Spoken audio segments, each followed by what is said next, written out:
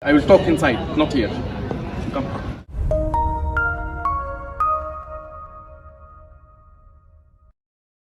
السلام عليكم ورحمة الله. إيه شملار دي باللغة التركية اللي هي مساكم الله بالخير، أو ممكن نقول لكم نمستي باللغة الهندية، أو نقول لكم سسريكال باللغة البنجابية، أو نقول لكم فانكم باللغة التاميلية. مرحبا بكم في كوين انترناشونال جروب. هتشوف الفندق ده شكله كيف عامل، تمام؟ يعني انت لما تيجي داخل من البناء في حاجات السمحه زي دي كده، يعني دي تفاصيل جميله جدا جدا، تمام؟ زي دي يعني حاجه ما شاء الله، يعني حاجه ممتازه جدا. جست شويه كده بتجي داخل بالطريقه دي هنا كده.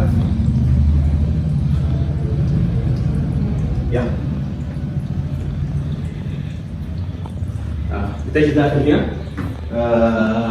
ده المدخل، ده مدخل الفندق هنا.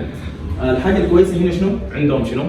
عندهم الاكل الحلال قريب منك، بيوصلوا لك لحد السكن، عندهم خدمات توصيل يعني، تمام؟ ده الاستقبال. بتجي داخل ممكن تقعد هنا. بيكون الموظف بيكون موجود وقاعد هنا، تمام؟ دائما موظف سكن مثل لو جالس في المكان ده هنا. بنجي داخلين نشوف الغرف شكلها كيف. بتدخل هنا كده، تمام؟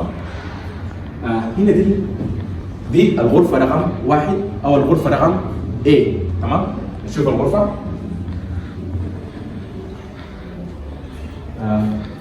ده شكل الغرفة هنا كده، تمام؟ Just come inside. From there you can just show it to them.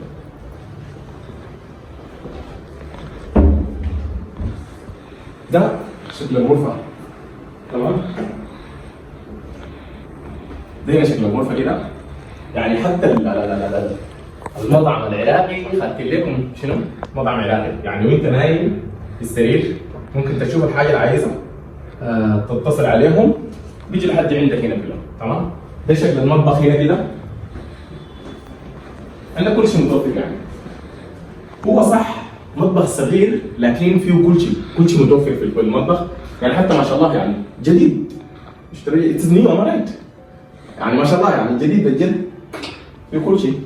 حتى حاطين عليكم ابيض ما شاء الله. عندك حاجه الشاي، عندك كل شيء موجود هنا. عندك ادوات الطبخ برضه موجوده هنا بتلقاها يعني عندك شنو؟ دائما الشاي هم الهندي هنا طبعا بقول لك شنو اهم حاجه الشاي في الهند، تمام؟ فعندك كل شيء. عندك الثلاجه برضه، عندك ثلاجه جديده يا اخي ما شاء الله.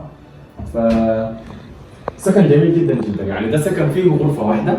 يعني السكن ده بالنسبه مثلا اذا مثلا في انتوا اثنين هتحتاج لشنو؟ هتحتاج لغرفه فقط ولصاله، وبتحتاج لمطبخ. المطبخ اللي هو موجود عندك، والغاز بيدوك له هم المره الاولى من عندهم، هم الغاز المره الاولى بيدوك الغاز من عندهم. وهو السرير ممكن ينفصل منه سريرين. وده شنو؟ ده الحمام الله يعزكم، تمام؟ ده شكل الحمام هنا، تمام؟ ده شكل الحمام. عندك اهم حاجه شنو؟ السخان موجود، فكل شيء متوفر يعني في السكن ده. زي ما قلنا السكن ده قريب من مستشفى فورتيس، قريب من مستشفى ارتميس، قريب من مستشفى دبليو باراتيكشا، قريب من مستشفى ميدانتا، فكلها قريبه من جنبك الصيدليات، وكمان جنبك مطعم العربي ممكن يوصلوا له عندك، وجنبك سوبر ماركت. ف تابعونا، وما تنسوا لنا لو سمحتوا لايك سبسكرايب شير لو سمحتوا. فهنا دي شكل البلكونه، هنيجي نوريكم شكل البلكونه كيف. تجي هنا، اوه ما شاء الله اتس لوكينج نايس. اوه ما شاء الله، يعني عباره عن بيت، يعني انت بتحس انك كانك ساكن في بيت هنا. ده شكل البلكونه، يعني ممكن تطلع تيجي تقعد هنا، لو عايز تاخذ كراسي ممكن تيجي تقعد فيها هنا، امورك طيبه جدا جدا. يعني حتى الملابس شوفها هنا تيجي داخل ثاني عادي، امورك طيبه. دي خزانه الملابس، الدولاب هنا بنقول اللي هي خزانه الملابس، تمام؟ فكده احنا حاليا شفنا الغرفه الاولى، وحنطلع نقوم نشوف الغرفه الثانيه اللي هي الغرفه بي. وعندك يا غرفه يا او يا رقم 1 او رقم 2 او ايه وبي، بنقسمها بالطريقه دي. فندق جميل، فندق جديد، خدمات ممتازه ما شاء الله.